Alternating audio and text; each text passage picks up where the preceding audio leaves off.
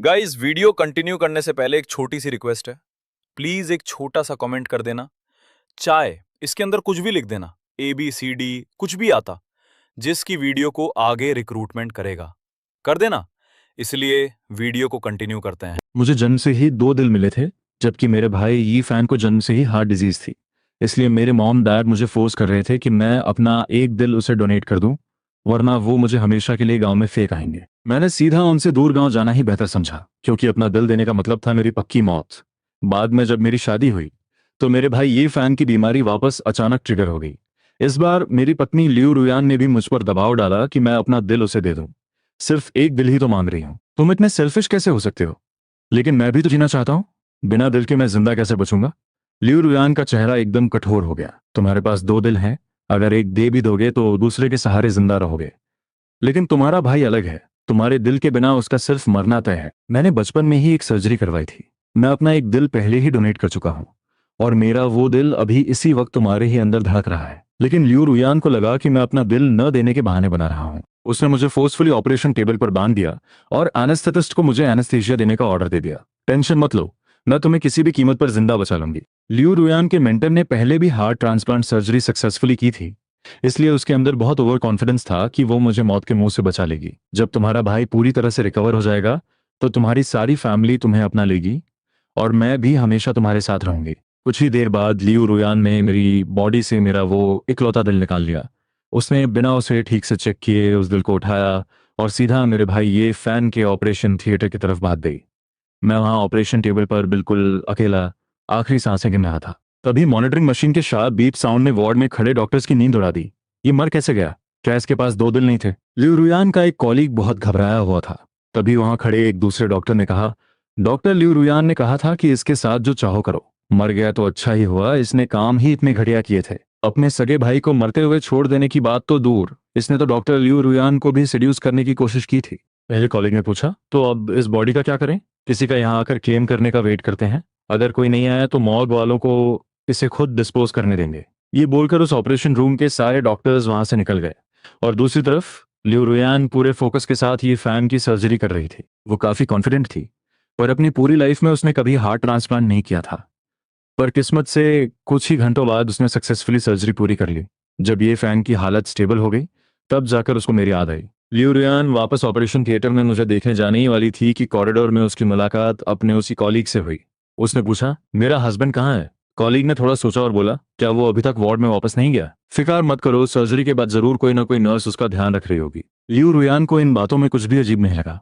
उसको लगा कि हॉस्पिटल के स्टाफ की वजह से वार्ड की नर्सेज मेरी स्पेशल केयर तो कर ही लेंगी। ये सोचकर लियू रुयान सुकून से वापस अपने ऑफिस आई और अपने रेगुलर काम में लग गई। एक दिन गुजर गया, ये फैन आखिरकार होश में आया और लियू रुयान उसके बिल्कुल बगल में बैठी थी। तुम फाइनली उठ गए, सर्जरी बहुत स्मूथ गई है, अब तुम्हारे नए दिल में आगे कोई प्रॉब्लम नहीं आएगी। ये फैन ने अपने नए दिल पर हाथ रखा। ये सोचकर कि सालों से परेशान करने वाली बीमारी अब जा चुकी है, वो रोते हुए लियू रुयान के गले लग गया।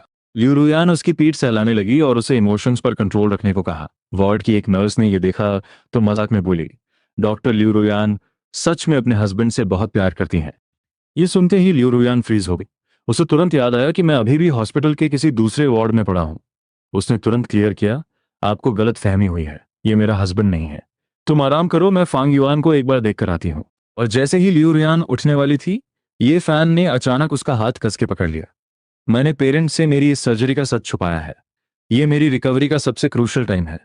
अगर मेरे आसपास कोई नहीं होगा तो मुझे डर है कि मैं अकेले ठीक नहीं हो पाऊंगा। लियू रोयान ने ये फैन का बीमार फेस देखा तो उसका दिल पिघल गया। उसने दिमाग में ये भी सोचा कि डॉक्टर्स और नर्सेज वहां मेरी थोड़ी बहुत केयर तो कर ही रहे होंगे। ठीक है, मैं कुछ दिन और यहाँ तुम्हारे पास रुकूंगी।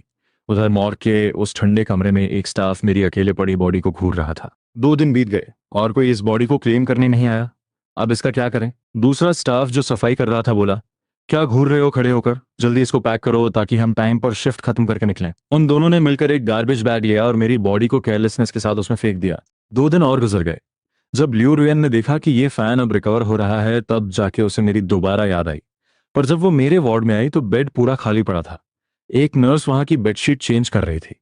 उसने पूछा, इस बेड का पेशेंट कहाँ है? नर्स ने उसकी तरफ देखा और बोली, ओ डॉक्टर लियू रुयान, वो तो हॉस्पिटल से डिस्चार्ज हो चुके हैं। नर्स का जवाब सुनकर लियो रुयान काफी चिढ़ गई। उसने माइंड में सोचा, मैंने हाल ही में उसकी सर्जरी की थी, ठीक से हॉस्पिटल में रेस्ट करने के बजाय वो सीधा यहाँ से भाग गया। उसने जल्दी से अपना फोन निकाला और मेरा नंबर डायल किया, पर कॉल लग ही नहीं रही थी। ठीक है, अगर इसमें इतना ही एटीट्यूड है तो बाहर जाके सड़कों पर मरे, मुझे दोबारा फोन मत करना।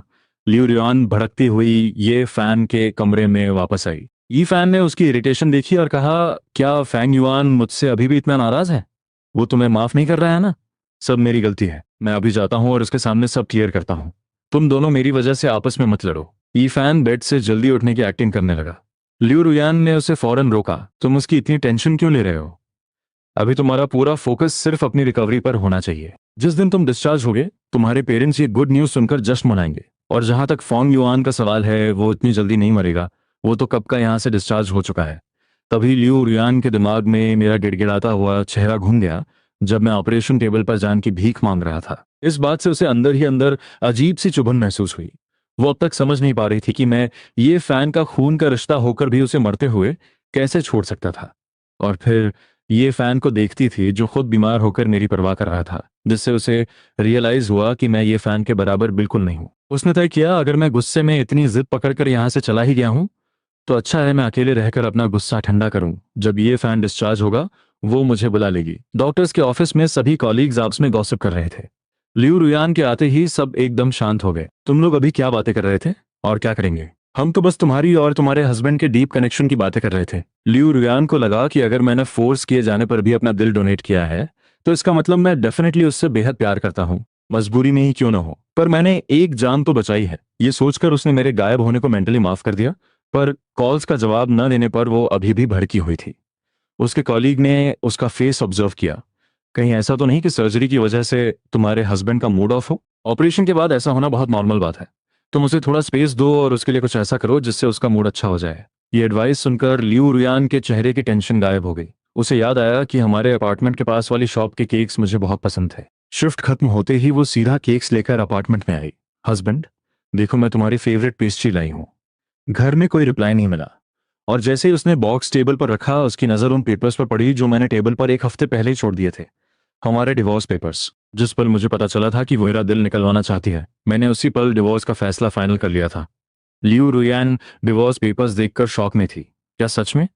एक मामूली से दिल की ही तो बात थी और सिर्फ इस छोटी सी बात पर इसने मुझसे डिवोर्स मांग लिया। लियो रुयान ने गुस्से में आकर वो केक कचरे के डिब्बे में फेंक दिया। अगर नहीं चाहिए घर तो हमेशा के लिए दफा हो जाओ यहाँ से। तभी उसका फोन बजा। लियो रुयान ने स्क्रीन देखी। रुयान बेटा, आजकल फांग युआन कहाँ है? ये मेरे डैड थे। उनका मुझे लेकर फोन करना बहुत रेयर था, क्योंकि वो अपनी सारी लाइफ सिर्फ और सिर्फ ये फैन के बारे में ही सोचते थे।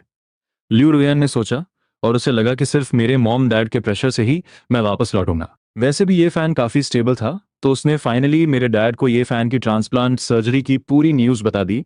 सुनते ही दोनों पेरेंट्स रात के वक्त हॉस्पिटल पहुंच गए। तीनों गले मिलकर रोए। तब मेरे पेरेंट्स ने पूछा, तुम्हारा छोटा भाई कहाँ है? जब वो इसी हॉस्पिटल में एडमिट था तब भी उसने आकर तुम्हें नहीं देखा? ये फैन ने नाटक करते हुए कहा, भाई तो काफी दिन पहले ही यहाँ से डिस्चार्ज हो गया है। मेरी मॉम का मूड तुरंत भड़क गया। वाओ, उसकी फिटनेस चेक करो, सर्जरी के 2 दिन बाद ही निकल गया। क्या उसे लगता है बाहर उसकी मौत उसका इंतजार नहीं कर रही? मेरे डैड ने उसे टोका, कैसी बकवास कर रही हो? ये फैन का ऑपरेशन तो हो गया, पर कल को आगे जाकर उसकी हेल्थ में इशू आया और फैंग यूएन जिंदा न बचा तो ये फैन का क्या फ्यूचर रहेगा? मेरी मॉम ने अपने मुंह पर ही थप्पड़ मारा। थू थू, अगर उस फैन युआन को किसी वजह से मरना ही है तो पहले ये फैन की प्रॉब्लम्स खत्म हो जाएं फिर मरे। ये फैन बेटा तू चिंता मत कर, तेरे मॉम डैड हमेशा तुझे प्रोटेक्ट करेंगे। ये फैन अपने पेरेंट्स का इतना ब्लाइंडली सपोर्टिव रिस्पॉन्स सुनकर दिल ही दिल में स्माइल कर रहा था। अगले दिन जब लियो रुयान कमरे में आई, वहां एक परफेक्ट लविंग फैमिली पिक्चर चल रही थी। ये फैन और मेरे मॉम डैड आपस में इमोशनल मोमेंट्स शेयर कर रहे थे। लियो रुयान को ये थोड़ा चुभने लगा, क्योंकि उसने मेरे पेरेंट्स को मेरे साथ कभी ऐसा प्यार दिखाते हुए नहीं देखा था। अरे यार रुयान, ये फैन को नया दिल मिलने के पीछे तुम्हारा ही बड़ा हाथ है। लियो रुयान ने उनसे डायरेक्टली पूछा कि क्या मेरा कोई अता पता मिला? मेरा नाम सुनते ही पेरेंट्स नाराजगी और इरिटेशन में बोले, उस वेस्ट इंसान के चक्कर में अपना टाइम क्यों बर्बाद करी हो? वो डिस्चार्ज हो चुका है, इसका मतलब वो जिंदा और परफेक्ट है। तुम अपना पूरा ध्यान बस ये फैन पर लगाओ। मेरे मॉम डैड हमेशा से अपने बड़े बेटे ये फैन और लियो रुयान की सेटिंग करवाना चाहते थे, पर ये फैन की क्रिटिकल कंडीशन के चलते उन्होंने इस बारे में खुलकर कभी बात नहीं की थी। पर अब नए दिल आने से चांसेस पूरे थे। अगर मेरा और उसका डिवोर्स फाइनल हो जाए तो ये फैन इजीली मेरी जगह फिक्स हो जाएगा। तभी एक स्टाफ रूम में एंटर हुई और हंसकर बोली, वाह डॉक्टर लियू रुयान, आप सच में अपने इस हस्बैंड से बहुत प्यार करती हैं जो लगातार ऐसे ख्याल रखती हैं। पेरेंट्स को तो ये सब ठीक ही लगा और वहां लेटा ये फैन ब्लश करने लग गया, पर खड़ी लियू रुयान एकदम से भड़क गई। तुम्हें किसने कह दिया कि ये इंसान मेरा हस्बैंड है? कॉलीग ने उसके गुस्से को लाइटली लिया और हंसते हुए चली गई। ओहो, वार्ड में सब पब्लिक जानती है, नाटक करने का कोई फायदा नहीं है। मेरे डैड ने जल्दी से लियू रुयान का हाथ पकड़ लिया। बुरा मत मानो, जब फंग युआन यहाँ है ही नहीं तो अगर दूसरे तुम्हारे रिश्ते को वैसे ही समझते हैं तो इसी बहाने ये फैन को हॉस्पिटल स्टाफ से एक्स्ट्रा वीआईपी सर्विस मिल जाएगी। ये सुनकर और वहां ये फैन का बदला हुआ एटीट्यूड देखकर लियू रुयान बहुत इरिटेट हो गई। वो अपना गुस्सा पीते हुए वापस अपने ऑफिस आई। वो उस कॉलीग की शिकायत करने ही वाली थी कि अचानक खबर आई कि उसका मेंटर प्रोफेसर ली देहाई अचानक हॉस्पिटल में आया है। लियू रुयान फुल स्पीड में डायरेक्टर के कैबिन में जाती है। सर, आपसे मिले हुए बहुत साल बीत गए, आपकी हेल्थ कैसी चल रही है? ली देहाई ने हंसकर वेलकम किया। मैंने भी सुना कि तुम खुद के दम पर अब हार्ट ट्रांसप्लांट्स परफॉर्म कर रहे हो, कमाल कर दिया। मुझे अच्छे से याद है जब मैंने बचपन में तुम्हारा वो ट्रांसप्लांट हैंडल किया था। मैंने उम्मीद ही नहीं की थी कि तुम एक दिन इतने सक्सेसफुल लेवल तक पहुंचोगी। लियू रुयान शॉक में फ्रीज पड़ गई। सर, आप एक्चुअली किस ऑपरेशन की बात कर रहे हैं? अरे तुम्हारा खुद का वो हार्ट ट्रांसप्लांट जो तुम्हारी जान बचाने के लिए हुआ था। प्रोफेसर के स्टेटमेंट से उस रूम में अजीब सी शांति छा गई। अचानक बाहर से एक स्टाफ भाग कर आया। डॉक्टर लियू रुयान, एक इमरजेंसी है। बेड नंबर 32 में पेशेंट की फैमिली आपस में लड़ रही है। बेड 32 सुनते ही उसके दिमाग में ये फैन आया और वो अपना सारा ध्यान लेकर वहां भागी। रूम में घुसते ही उसे एक जानी पहचानी आवाज आई, तुम अपना ये झूठ अब भी छुपा रही हो? मेरे भतीजे का दिल ही तो यहाँ तुम्हारी बेटी की जिंदगी बचा रहा है। लियू रुयान इंस्टेंटली उनके बीच को दी। हाँ वही, उस फांग युआन का एक दिल इस टाइम तुम्हारे सामने ही धड़क रहा है। लियू रुयान शौक और परेशानी में उस औरत की ओर मुड़ गई। अचानक मेरे आखिरी शब्द उसके कानों में गूंज उठे। ये हो क्या रहा है इधर? मॉम डैड, वार्ड में प्रैक्टिकली मेरी थर्ड आंटी झगड़ा कर रही थी। मेरे पेरेंट्स को पीछे खड़ा देख उसका कॉन्फिडेंस बहुत हाई था, पर मेरे पेरेंट्स उसे लगातार इग्नोर मार रहे थे। थर्ड आंट तुरंत लियू रुयान की ओर पलटी। रुयान बेटी, तुम सेफ तो हो ना? और अचानक वो मेरे पेरेंट्स की तरफ शक से देखने लगी। भैया, आप मेरी इस रुयान बेटी को कैसे जानते हैं? मेरे पेरेंट्स को रिएक्शन देते उससे पहले वार्ड का दरवाजा जोर से खुला और वहां मेरे थर्ड अंकल आ गए। उसने जबरदस्ती अपनी वाइफ का हाथ पकड़ा और उसे खींचकर बाहर ले जाने की कोशिश करने लगा। लियू रुयान हर हाल में सच्चाई जानना चाहती थी। एक मिनट, इस बात का मतलब क्या निकला कि मेरे अंदर वही दिल धड़क रहा है? पर वहां मौजूद उसकी अपनी मां ने आगे बढ़कर लियू रुयान को फौरन चुप रहने का इशारा कर दिया। कुछ देर बाद थर्ड आंट अंकल के साथ वापस आई। फेक स्माइल लगाकर बोली, अरे बेटी, मैं ही पागल हूं, लगता है कंफ्यूजन में कुछ भी बक दिया। तुम इस बात पर ध्यान मत दो। थर्ड अंकल ने उसे हल्का थप्पड़ सा मारते हुए पीछे किया। माफ करना बेटी, इसकी बदतमीजी के कारण तुम्हें झेलना पड़ा। मैं तुम्हारी और तुम्हारी माँ से दिल से सॉरी बोलता हूँ। लियू रुयान कंफर्म डाउट में फंसी हुई थी कि अचानक सब पलट कैसे गए। वो दोबारा सवाल करती कि मेरे डैड ने फुल गुस्सा दिखाते हुए कहा, बस बहुत हो गया ये तमाशा। मान लिया रुयान आज इस घर का हिस्सा है, पर आगे से रिस्पेक्ट भूल कर ये सब घटिया हरकतें मत दिखाना।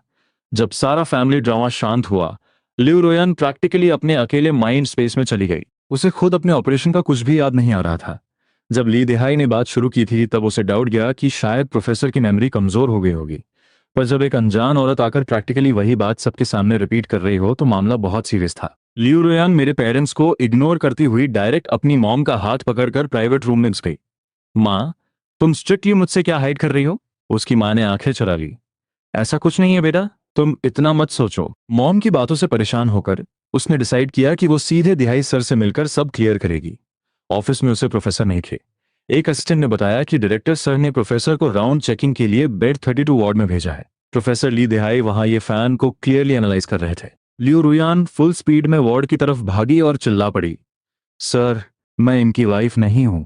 ये इंसान मेरे हस्बैंड का सिर्फ बड़ा भाई है। ये फैन ने अपना एक्सप्रेशन एकदम शांत रखा और चुप रहा। सारे डॉक्टर्स को ये बहुत अजीब लगा। हाँ, बट रिकॉर्ड के हिसाब से बेड 32 पर सर्जरी वाला पेशेंट तो हस्बैंड ही है ना? नहीं, मेरा हस्बैंड कब का डिस्चार्ज हो चुका है और उसका वार्ड बेड 8 पर था। ये सुन के पास खड़े डॉक्टर के हाथों से रिकॉर्ड रिपोर्ट जमीन पर धड़ाम से गिर गई। सन्नाटा पूरे रूम को घेर लेता है। तभी दरवाजे से पेरेंट्स एंट्री मारते हैं। डॉक्टर्स, अब हमारे ये फैन का अपडेट कैसा है? थर्ड आंट ठीक उनके पीछे चिपकी हुई आ रही थी। वो दरअसल उधर मुझसे पैसे मांगने आई थी। जब मेरे घर से डायरेक्ट अप्रोच किया और पता लगा कि मैं हॉस्पिटल में हूं तो वो डायरेक्ट इसी टारगेट पॉइंट पर आ गई। ली दहाई ने पेरेंट्स को देखा और उनकी डायरेक्ट नजर उस पीछे खड़ी औरत पर गई। अरे ये कैसा अजीब कोइंसिडेंस है, तुम तो उसी डबल हार्ट वाले बच्चे की फैमिली हो ना, तुम सब इधर अचानक किस लिए? थर्ड आंट को लगा जमीन फट जाएगी। सामने खड़ा इंसान वही हेड डॉक्टर निकला।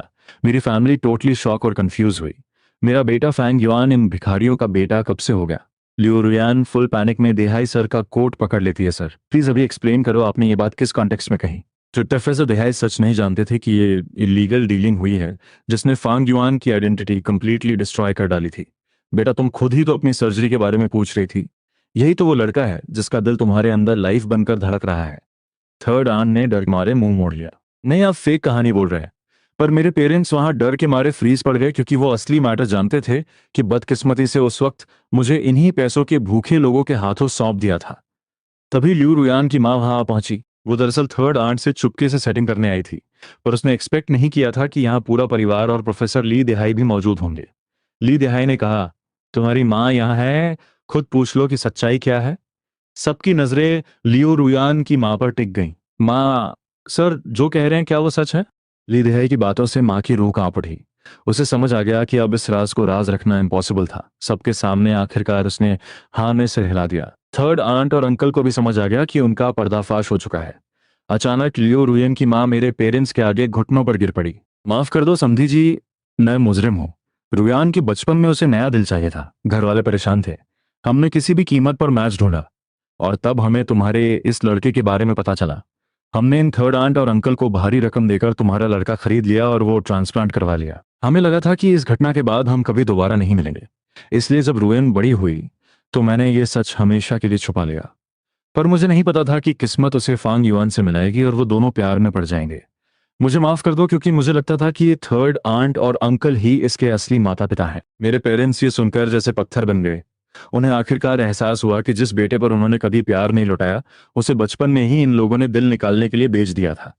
थर्ड आंट और अंकल शर्म से जमीन में गड़े जा रहे थे। वो मेरे दो दिलों का राज जानते थे, इसलिए पैसों की भूख में उन्होंने ये घटिया काम किया था। थर्ड आंट घबराते हुए बोली, रुयान बेटी, तुम्हारी तो अब फैंग युआन से शादी हो ही चुकी है ना?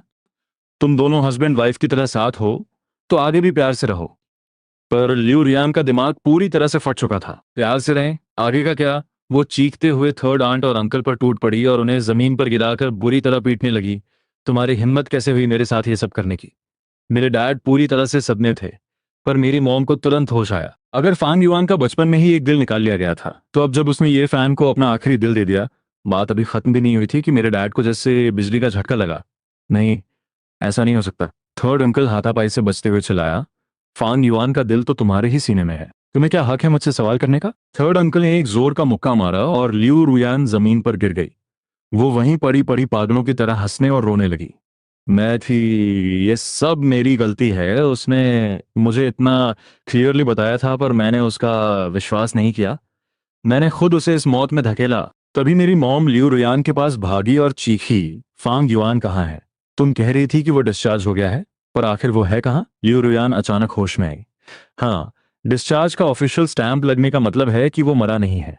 वो जरूर मुझसे नाराज होकर छिप गया होगा। वो सब क्लियर करना चाहती थी। उसे पूरा यकीन था कि मैं उसे छोड़कर नहीं जाऊंगा। ऑफिस का दरवाजा जोर से खुला। लियू रुयान बिना परवाह किए रिसेप्शन काउंटर पर खड़े उसी कॉलीग के सामने जा खड़ी हुई। बेड 8 के पेशेंट का डिस्चार्ज प्रोसेस किसने किया था? क्या हुआ वहां? जब इंसान इस दुनिया में नहीं रहा तो ऑफिशियली उसे डिस्चार्ज तो दिखाना ही पड़ेगा ना। लियू रुयान शौक में अपने कॉलीग को देखने लगी। उसका कॉलीग अभी भी बोल रहा था, वो सर्जरी तुमने ही तो की थी ना? जैसे तुम बाहर आई उसने सांस लेना बंद कर दिया था। लियू रुयान ने धीरे से कॉलीग के कपड़े से हाथ छोड़ा। वो अपना सिर हिला रही थी। नहीं, तुम झूठ बोल रहे हो, ऐसा नहीं हो सकता। कॉलीग को लगा कि लियू रुयान पेशेंट के मरने पर अपसेट है, तो उसने उसे कंफर्ट करते हुए कहा, तुम उदास मत हो, तुम्हारे हस्बैंड ये फैन को इसने लगभग मार ही डाला था। कम से कम अपना दिल देकर उसने एक अच्छा काम तो कर लिया। अचानक लियू रुयान को एक ख्याल आया, तो बॉडी कहाँ है? कॉलीग ने कैजुअली कहा, पता नहीं, शायद डिस्पोज कर दी होगी। बॉडी मॉर्ग में कई दिनों तक पड़ी थी, पर कोई लेने नहीं आया। ये सुनकर लियू रुयान सीधा मॉर्ग की तरफ दौड़ी। उसे नहीं पता था वो अपने आप को कैसे कन्विंस करे, पर एक बार मेरी डेड बॉडी देखकर ही उसे यकीन होगा कि मैं वाकई इस दुनिया से जा चुका हूं। वहां पहुंचते ही उसने सिक्योरिटी गार्ड से मेरे बारे में पूछा, पर गार्ड को कुछ पता नहीं था। लियू रुयान निराश होकर लौट ही रही थी कि एक सफाई कर्मचारी उसके पास से गुजरा। लियू रुयान ने तुरंत मेरा फोन पहचान लिया। उस फोन की स्क्रीन पर हमारे कॉलेज के दिन की फोटो लगी थी। लियू रुयान ने उस स्टाफ का हाथ टाइटली पकड़ लिया। ये फोन कहाँ से मिला तुम्हें? कर्मचारी डर गया। ये मुझे उसी डेड बॉडी वाले बैग से मिला था, एक मुर्दे के बैग से। ये सुनकर लियू रुयान और अग्रेसिव हो गई। उसकी बॉडी कहाँ है? वो तो कब का क्रेमेटरी में जा चुका है। अब किसको पता कि उसकी राख कहाँ होगी? राख शब्द सुनकर लियू रुयान वहीं जमीन पर गिर गई। स्टाफ डर के मारे मेरा फोन फेंक कर भागा। मैंने कुछ नहीं किया। उसकी बॉडी का कोई वारिस नहीं था। हम बस रूल्स फॉलो कर रहे थे। ये फोन रखो और मेरे पास मत आना। ये कहकर वो भाग गया। लियू रुयान के सामने फोन की स्क्रीन पर वो फोटो थी जिसमें मैं मुस्कुराते हुए उसे देख रहा था। फांग युआन, अब मैं क्या करूं? मैं गलत थी। मैं सच में गलत थी। मुझे माफ कर दो, वापस आ जाओ ना मेरे पास। मेरा दिमाग खराब हो गया था। मैं बस ये चाहती थी कि अगर तुम अपने भाई को दिल दे दोगे तो फैमिली तुम्हें अपना लेगी और तुम्हें वो सब मिल जाएगा जो तुम चाहते थे, एक फैमिली। लियू रुयान नहीं जानती थी कि उससे मिलने के बाद मैंने फैमिली का ऑब्सेशन पहले ही छोड़ दिया था। उसने कभी ये महसूस नहीं किया कि मैंने ऑपरेशन टेबल पर ही हार मान ली थी। और ये एनेस्थीसिया की वजह से नहीं हुआ था, बल्कि इस वजह से हुआ था क्योंकि जिस इंसान ने मुझे अंधेरे से बाहर निकाला था उसी ने मुझे वापस मौत की खाई में धकेल दिया। मरते दम तक मैं ये समझ नहीं पाया कि आखिर जो कुछ मेरा था वो मेरे भाई ने क्यों छीन लिया। मेरे मॉम डैड, मेरी वाइफ, शायद मुझे इस दुनिया में जिंदा ही नहीं रहना चाहिए था। वहीं दूसरी तरफ जब ये फैन की आंख खुली तो उसने देखा कि मेरे पेरेंट्स बहुत डिप्रेशन में हैं और लियू रुयान की मॉम बिल्कुल चुप है। ये फैन को लगा कि क्या मैं अचानक आकर कुछ गुस्सा करके चला गया हूं?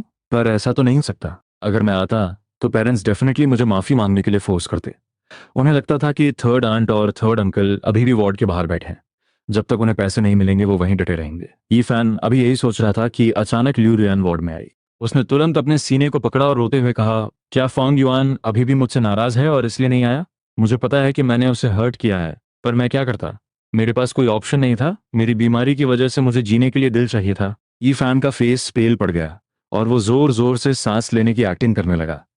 लेकिन वार्ड में किसी ने भी उसे शांत नहीं करवाया। उसने इस अजीब शांति को महसूस किया। पिछले वक्त में ऐसी सिचुएशन आती तो हर कोई मुझे टारगेट करता।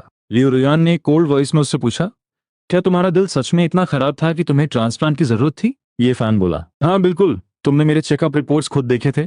मैं ये सब फेक थोड़ी कर सकता हूँ। मैं छोटे भाई की तरह नहीं हूं कि लोगों को पैसा देकर झूठ बुलवाऊं। क्या फांग युआन ने फिर से कुछ गलत बात की है? ये फैन को समझ नहीं आया कि अचानक लियू रुयान ऐसे सवाल क्यों पूछ रही है, पर मॉम डैड के सामने वो इस झूठ से पीछे नहीं हटना चाहता था।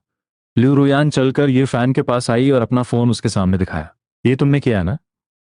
फोन में मेरी और ये फैन की पूरी चैट हिस्ट्री थी, जहां उसने मुझे साफ बताया था कि वो बीमारी का नाटक कर रहा था ताकि वो अपना हार्ट मेरे साथ रिप्लेस कर सके। ये सब प्रूफ्स उसमें थे। मैसेज स्क्रीन, तुम्हें लगता है वापस आने के बाद मॉम डैड तुम्हें प्यार करेंगे?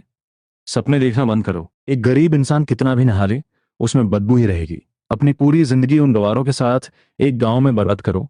तुम्हारी लियू रुयान के साथ शादी करने की कोई औकात ही नहीं थी। मॉम डैड ने मुझे क्लियरली बोला है कि जब मेरी तबीयत ठीक हो जाएगी तब वो लियू रुयान और मेरी मैरिज करवाएंगे।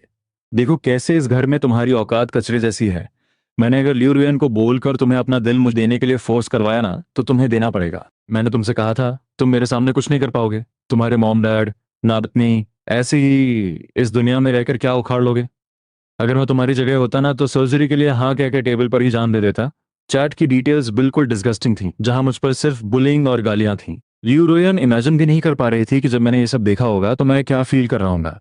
उसकी आंखें गुस्से से लल हो गई और उसने फोन को कस के पकड़ा। सच बताओ, क्या ये सब तुम्हारा प्लान था? नहीं, फांग युआन ने खुद मेरी फेक प्रोफाइल बनाकर ये नाटक रचाया था ताकि मुझे दिल ना देना पड़े।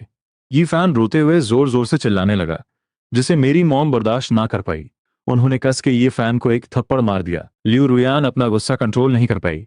उसने ये फैन का गला जकड़ लिया। तुम सोचते हो कि तुम क्या हो? तुम्हें सीरियसली यही लगता है ना कि मैं तुम्हें बहुत पसंद करती हूँ तभी मैंने फांग युआन का दिल निकलवाया? मेरे डैड ने रोती हुई मुम को बाहों में पकड़ लिया। हमने पाप किया था। हमारे परिवार में ये कैसा कहर टूट पड़ा जब ये दिखा कि अब थोड़ी ही देर में ये फैन मर जाएगा। लियू रुयान की माँ बीच बचाव कर आई, दोनों को अलग किया। उसके बाद ये फैन पेरेंट्स से बचाने की भीख मांगने लगा। ये पक्का फांग युआन की चाल है। उसने ये सब मैनेज किया है। आप जल्दी उसको खोजे, सब कुछ सच साबित हो जाएगा। ये पागलपन सुनकर अब लियू रुयान ये ड्रामा और झेल नहीं पाई। उसने साइड टेबल से एक कैंची उठाई और ये फैन के सीने में घोंप दी। एक पल में पूरा वार्ड चीखों से गूंज उठा और बेड पर यह फैन लहूलुहान हो गया। लियू रुयान अंदर से पूरी तरह मर चुकी थी। फांग युआन, देख, मैंने तेरा दिल उससे वापस ले लिया। तू आजा प्लीज, मेरे पास वापस आ।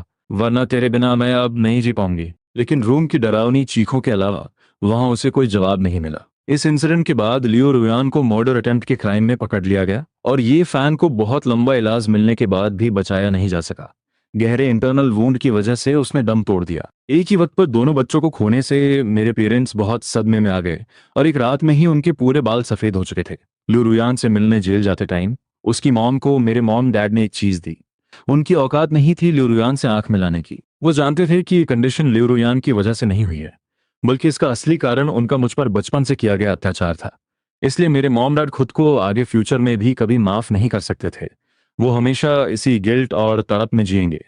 लियो रुयान अपनी मॉम को देखकर रोने लगी। उसकी माँ ऐसी लग रही थी मानो एक ही साल में 10 साल बूढ़ी हो गई हो। जब उसकी माँ ने अपने बैग से निकाल कर लियो रुयान को वो चीज दी तो लियो रुयान के मुरझाए चेहरे पर एक चमक आ गई। वो एक सच्चा लव नोट था जो हमारे फर्स्ट ईयर के कॉलेज फेस्टिवल के टाइम का था। उसमें मैंने छुपके से लियो रुयान का नाम लिखा हुआ था।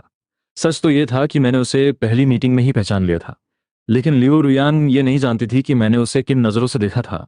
उसे तो यही लगता था कि मैं उसे सिर्फ एक अच्छे दोस्त की तरह मानता हूँ। मुझे अच्छे तरीके से मालूम था कि मेरा रियल दिल उसी की बॉडी में था। उस टाइम लियो रुयान को एक बात याद आई कि जब मैंने अपना हाथ उसके सीने पर रखकर मुस्कुराते हुए कहा था, कितना सही हुआ है ना, अगर वो तुम थी तो सच में ये परफेक्ट है। उस वक्त लियो रुयान को इसका मतलब बिल्कुल समझ नहीं आया था, पर अब वो एंड में समझ गई।